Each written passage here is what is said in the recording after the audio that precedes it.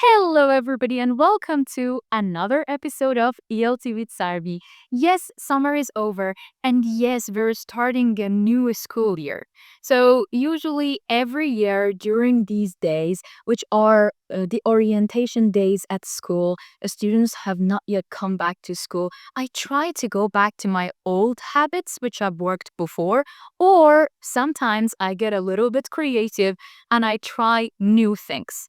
For now, I'm going to share with you some of those habits that I have built during the years. Number one, sleeping hours.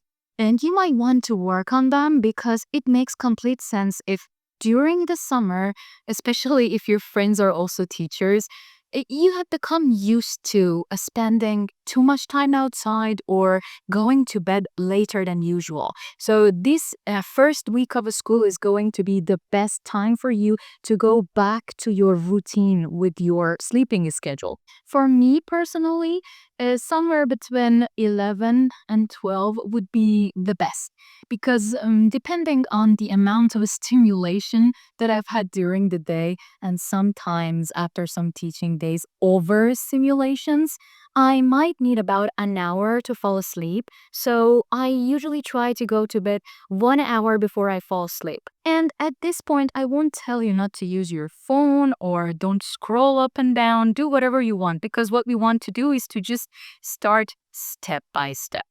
Remember that we are not office workers. We work with human beings. Yes, tiny little ones, but they're still human beings. And in order to make it work, we need to be on top of our game, right? The next thing which matters very much is your food intake. So, some people call it meal prep. I personally don't like meal prep. Why? Because it's usually doesn't feel that well for me personally to eat food that has been in fridge for 4 or 5 days. So what I do is every week I focus more on my grocery shopping, which I do usually on Saturdays or Sundays based on how much time I have and how busy I am at the weekend. I really like spending time out or in my bed all day during the weekend. So I am not a big fan of cooking much or doing much, especially at the weekends. I try to buy a lot of fish, a lot of chicken, meat, smoked salmon, smoked anything, because it's very easy to just build up a sandwich out of a smoked anything. In my case, smoked salmon. But why did I say fish? Because it's very easy to prepare, like 15 to 20 minutes, plus some fried onion, some vegetables, steamed vegetables, and all, and then your meal is ready. What is a game changer for me at work is eating a very big breakfast. I usually have my breakfast at home because to me personally, when I leave the house, it means I am ready to go into the classroom. I don't usually wear makeup in the teacher's room. I try to eat less because usually my breakfasts include eggs and they're smelly. I don't want to bother my colleagues very much. So I try to keep it as academic as possible because it keeps the spirit of teaching, it keeps my head in the game. You know what I mean? And of course, the less snacking during the day, the better. We know how stressful the job of a teacher is. It's a lot of back and forth on the stairs, lots of meetings, classes, duty hours. So when we are bloated, it's not that easy to work, and our performance lowers by nature. And one more thing that I want to talk about, which can be a little bit bold, and I don't know, maybe some of you get disgusted and all, but we're teachers, we need to talk about this, is defecation. Like, um, we know that teachers sometimes have only 10 minutes between lessons. And if you have a full morning of lessons and your body is used to defecation in the morning, it's going to be a little bit of constipation during the first 2, 3 months. We want to avoid that. So try to add a lot of fiber to your meals and try to make your body used to defecation in certain hours. I know that it's going to be difficult, but it just needs awareness. You just need to be aware, okay, did I defecate today or not? And you need to make yourself accountable for that. Or you will open your eyes and you will see that you've been constipated with lots of problems after the first 2 weeks. Maybe I should delete that part from the video. Anyways, the other habits of mine, which I really like, it's an old habit, is to get to know the teachers that I will be working with shoulder to shoulder. In our school, native and native-like teachers work directly together, and also there are some other teachers that will be working with you in the same grade that you have. These are the people that you need to get closer to. You need to build up a bond with before it's too late. Now, what I do is if those teachers are working in other campuses, because our school has 3 campuses, and we work on the same lesson plans together, so we need to have regular meetings together, is that I try to send them long voice recordings in the beginning of the school year. If there is a chance for me to meet them in the orientation week, I try to do that. I try to find out their teaching values, their background experience and all, to know how I can have better teamwork with. Because at some point, sometimes we forget that we are not the people that hire other teachers.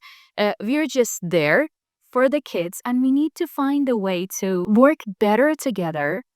I mean, regardless of our background and how experienced we are, we need to just be focused on the result, which is giving a better lesson and creating a better lesson plan together. And sometimes it gets very difficult when you don't know anything about someone and then all of a sudden you receive a worksheet from them and a message underneath telling you you need to give this to your students this day of the week, blah, blah, blah, done, period. Sometimes because work gets a little bit too fast for us, we forget these things, these basic things like hello, hi, how are you? You were sick. I heard that you're not doing okay.